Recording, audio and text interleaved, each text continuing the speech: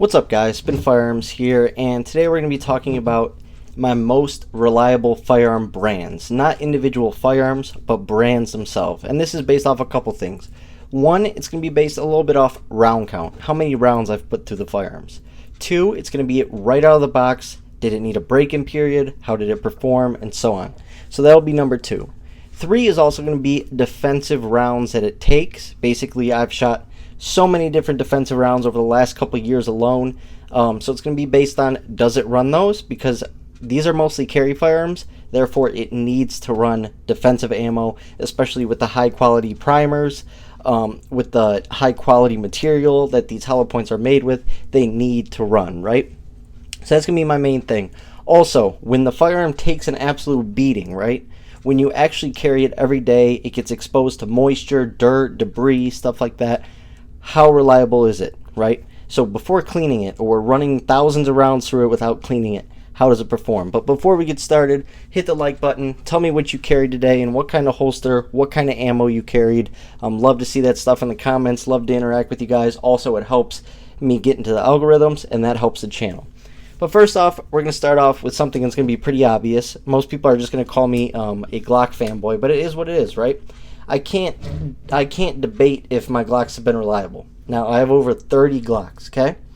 Out of all my Glocks, right, the only malfunctions I've ever had are one because of a Hive aftermarket base plate, and that was on a Glock 26, but it ran every other magazine, every other base plate just fine.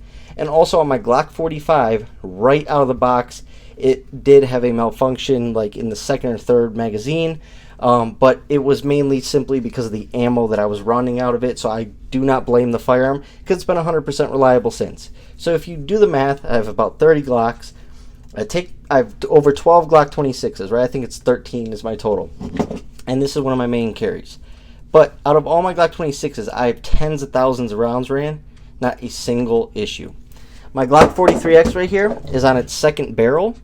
And this thing has ran everything flawlessly, and I've really tested a lot out of my Glock 43X because it's a very popular carry model.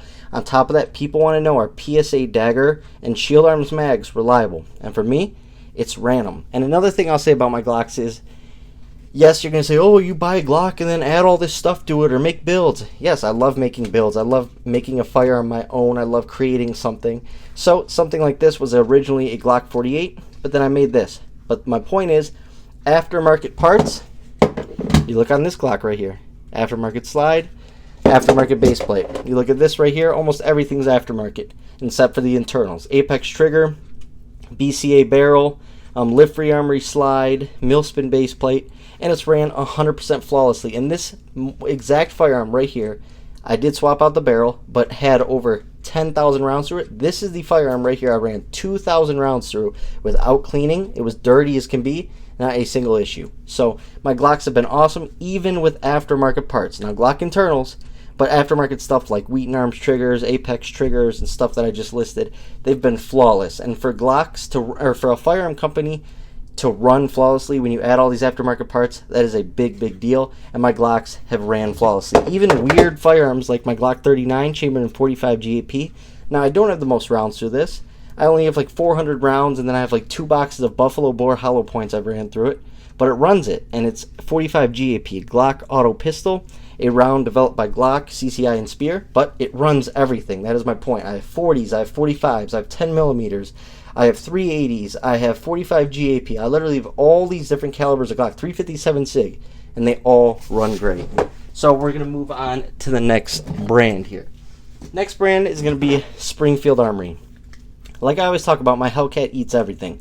I have 3 Hellcats, and out of my 3 Hellcats, they've ran over 10,000 rounds combined. Not a single hiccup, not a single issue. And I've ran magazines loaded up with 6 or 7 different hollow points on it. I've ran this thing dirty. I've ran steel ammo out of it, literally everything. And it just runs. It just does what it's supposed to. And same with my XDM, same with my XD, my XDS that I used to have ran flawlessly. They just run great. They just run. And I don't care what you say. Yes, HS product made a lot of those firearms I just mentioned. I think they actually made all of them. But they make a great product, and it's reliable as can be. So Springfield Armory is definitely my second most reliable. My Springfield Armory XD, one of my original carry firearms, has over 12,000 rounds through it, not a single hiccup. So people who hate on XDs, you can take that. Next up is going to be FNs. Now I should have grabbed my FN 503 because that's why I'm talking about it, but my FN 503 I pocket carried for 3.5 years while doing new construction plumbing. Got covered in dirt, primer, glue, wood chips, rocks, I mean literally everything, and it ran. I once took it after not cleaning it for a while, straight to my aunt's tree farm, and while shooting it, little dirt, sawdust, stuff was flying out of the firearm in every direction. It was exposed to moisture, all this stuff. Not a single hiccup. Ran every defensive round. I ran through it. And this is my FN Reflex, and I expect the same quality from this. But so far, this has ran everything I've ran through it. This has been absolutely great. Absolute awesome firearm. But my FN 503, if you watch other videos on it, I carried that thing. It's all beat up. There's all these nicks. It got ran over, which is a long story, but I do have that video up as well. The slide is, like the finish is destroyed, but zero rust. And it actually looks really cool, and it shows its character, and it shows how much I carried that firearm and how much I actually enjoyed it. And I shot thousands and thousands of rounds through it, not a single issue. I mean, you can't beat FN quality and reliability. Next up, I would say are my Smith & Wessons. I have the Smith & Wesson Bodyguard, the Shield Plus, I have a Shield 40, a Shield and 357 SIG, I have the Subcompact. I mean, I have a ton of Smith & Wesson firearms, the CSX, which has been absolutely awesome. Not a single hiccup. Not a single hiccup from Smith & Wesson. I kid you not. Not a single issue. Actually, you know what? I will change that. My Smith & Wesson 40 Shield did not like one kind of hollow point, and it was Federal Hydra-Shock 155 grain, and it did have some issues with that. But it's ran every single thing else. Not a single issue. And out of all the Smith & Wessons I have, which is a lot, it's like probably 11 or 12, that is the only issue I've ever had or ran into. And I absolutely love the CSX. It's super underrated. If you haven't shot one, go to the range, shoot it. Tell me this thing is an amazing shooter. Doesn't have very little recoil for how small it is, and doesn't have an awesome trigger. M&P 40C. This is an old firearm right here that I got this used. Runs all 40 rounds flawlessly. Even Civil Liberty Defense rounds. It just runs them, and it handles recoil really well. My Smith & Wessons have been reliable as can be. Smith & Wesson just makes great quality firearms. Now I know I'm going to have some haters in the comments, but it is what it is. And all I can speak from is my experience. I can't talk about your firearm. You might have a Smith & Wesson that, was a lemon. You might have a Glock that was a lemon, right? But out of my experience with my firearms, out of all the firearms I've had, it ran great. And last but not least, I want to say it's going to be my CZs, right? I have a CZ P10S, which I've actually tested pretty thoroughly, because here's the thing. At the end of the day, these are going for really cheap, and that always makes me nervous. Budget firearms make me nervous. Someone said the CZ P10M was going for $229 on PSA the other day. That makes me nervous.